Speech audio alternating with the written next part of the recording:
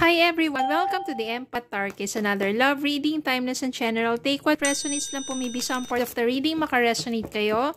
Some part of it hindi. Totally makaresonate na parang kwento ninyo ito or hindi naman kaya dahil iba't ibang mga energies, iba't ibang mga love connections. Pero tingnan natin ngayon kung ano ang ating mababasa at mga mensahe, mga gabay at aral sa buhay, pag-ibig, and life in general. Tingnan po natin. And Spirit Guides, send me messages. Anong love connections ito, lessons in life and guidance ang nais mong ipabatid sa amin, mga aral kabay sa buhay, pag-ibig. Or kung meron kayong mga katanungan, hindi natin kung masasagot sa reading na ito. Spirit Guides, send me more messages. Anong love connections ito, lessons in life and guidance ang nais mong ipabatid sa amin.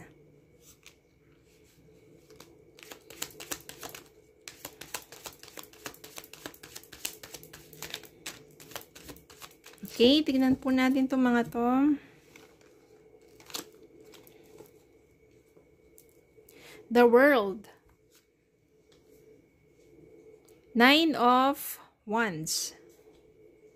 The Lovers. 8 of Wands. The Empress. Queen of Pentacles. 5 of Cups. 9 of Swords. And Page of Cups. Kuha pa tayong isa. The Magician. And last, 2 of Pentacles. Pero mas maganda tong iyan. The Lovers dito. The World. Maybe, ano to, long distance relationship ito. Maaring magkalayo kayo sa ngayon. Pero patuloy ninyong ipinaglalaban ang inyong relationship kahit malayo kayo, kahit iba ang inyong time zone. Ayan. Minsan, kailangan lang balansehin yung oras. No? Yung mga priorities ninyo. Busy pareho, work, magkaibang oras, ganyan. So, kailangan balance lang. Pero ang maganda dito, patuloy ang inyong communication. Sabihin niyan, consistent. O, everyday yan, kapag may mga messages kayo, video calls, yan. Importante talaga yon. Kasi, at maganda rin dito, dapat hindi kayo masyadong serious about, di ba, yung masyadong seryoso na hindi na kayo marunong mag-joke, have fun. Kailangan lang siyang pa rin yung pagiging youthful ninyo. Para naman meron pa rin mga, sabihin natin, happiness and spices sa relationship ninyo. Kahit magkalayo kayo, kailangan palaging consistent and there's something new. No? Surprises pa rin. Ang maganda dito talagang inaalagaan mo yung relationship ninyo. And the Empress also means dito that someday, it will lead you into motherhood. No, darating yung panahon na magkikita kayo at magbubunga ang inyong pagmamahalan. At hindi lang yan. Kasi maganda ang inyong pinagsamahan.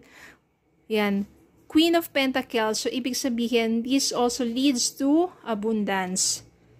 Then, yung 5 of Cups dito, I can sense here na ibang person to.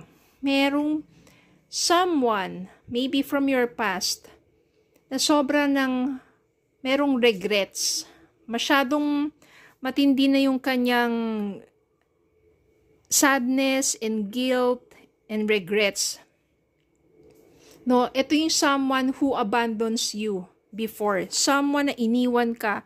Ngayon, nagsisisi na siya ng gusto kasi maaaring nararamdaman niya yung energy mo that you are happy with this someone, kahit LDR, maganda rin yung takbo ng love life mo. Tapos siya naman nanghihinayang na sa'yo at siya yung someone na sometimes hindi makatulog sa gabi, kakaisip. No? Eh di ganun talaga. Pinapanghinayangan ka na niya ngayon. That's regrets. At ganyan talaga, nasa huli ang pagsisisi. Patuloy ka lang mag-manifest para dito sa connections ninyo ng ka-LDR mo because maybe siya na talaga yung the lovers. Someone who is your soulmate, your perfect union, your true love. Siya mas maganda kasi talaga dito yung shared values ninyo. Good vibes. O minsan may mga tampuhan pero naayos din agad. At saka kahit magkalayo kayo sa isa't isa, hindi nagiging hadlang yon para ipagpatuloy ang inyong relationship. While yung someone who abandons you or walk away from you, siya na ngayon ay punong-puno ng pagsisisi. Dahil siguro, hindi rin naging maganda ang kanyang naging relationship after you.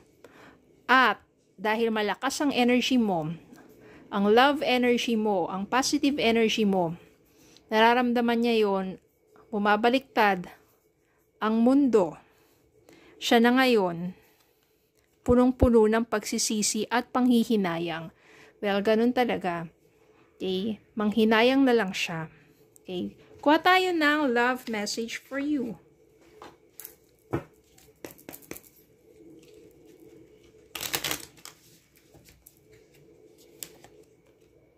Nothing has gone wrong. Trust the process. This connection is divinely timed. O, trust the process, especially sa mga LDR. Trust the divine timing. Boundaries. You need to teach people how to treat you by being clear on what you will or won't allow sa mga toxic people around you. Ito yun ngayon, sisi siya. Manghinayang siya, 'di ba? True love. This is the romance of a lifetime. True and lasting love is here for you. Kaya nga nandito ang the lovers. Maybe, yung LDR mo, ang true love mo.